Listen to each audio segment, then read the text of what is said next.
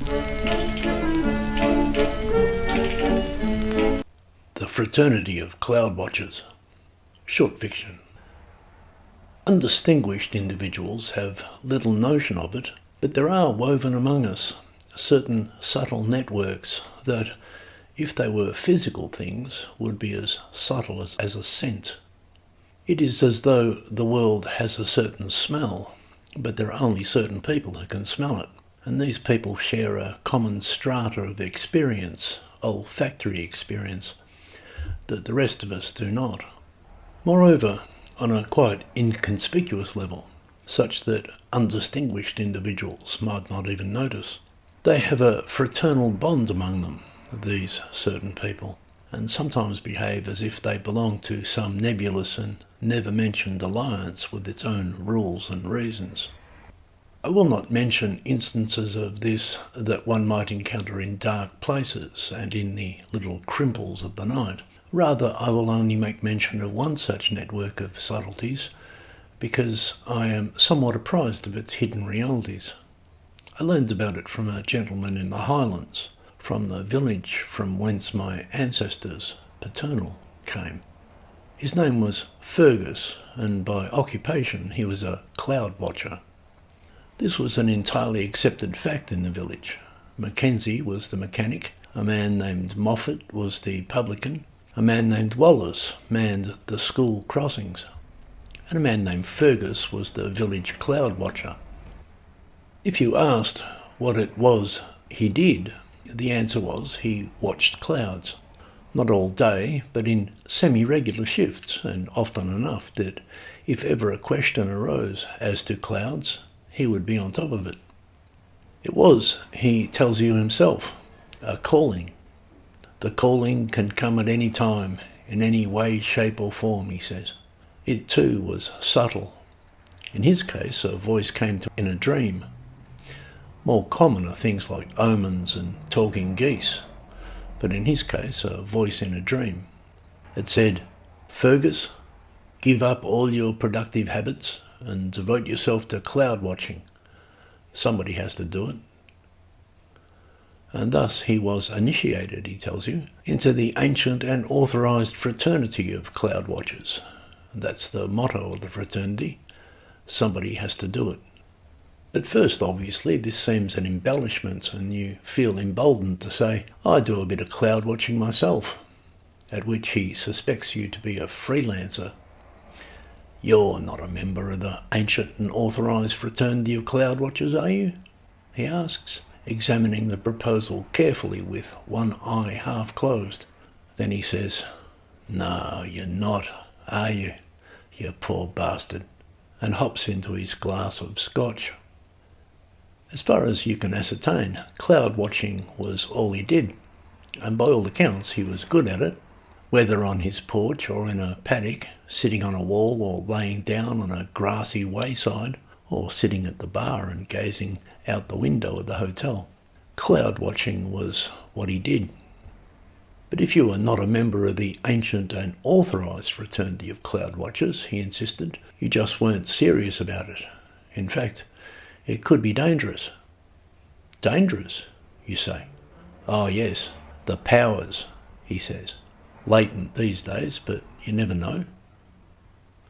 He was hiking back to the years of yore, apparently, when cloud watchers might be consulted for an oracle. But these days, for the most part, they just watch and don't offer interpretations. Nevertheless, only the ancient and authorised should ever dabble in such things. And your fraternity, you wonder, do you gather together for cloud watching, have meetings? To which he says, it's not a football club, before assuring you that there is such an organisation, but unless and until you're invited into it by a dream, for example, or a talking goose, you might think it is only a wafting vapour. In fact, he says, we have thousands of members. We have members in every corner of the country. And you're in communication with your fellow cloud watchers, you inquire. You don't understand the first thing about cloud watching, do you, laddie? He says.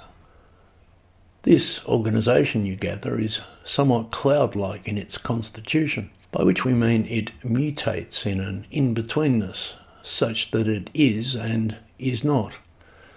It doesn't actually exist until you become a member, and then it does. The problem is that that doesn't make any sense unless you're a member, and then it does. That is the nature of these subtle fraternities. On this side of the veil, they are absurdities. Or again, they are as subtle as sense. Once you're a member, you can smell it. Before you're a member, you can't. It is woven, again, as a subtle network among us, especially since, according to the rules of the ancient and authorised, it is permitted to hide or disguise your cloud-watching proclivities from undistinguished individuals, where it might be prudent. So the idle daydreamer, the layabout, the good-for-nothing who can't keep his eyes on the earth, may be a member without us even knowing, you ask.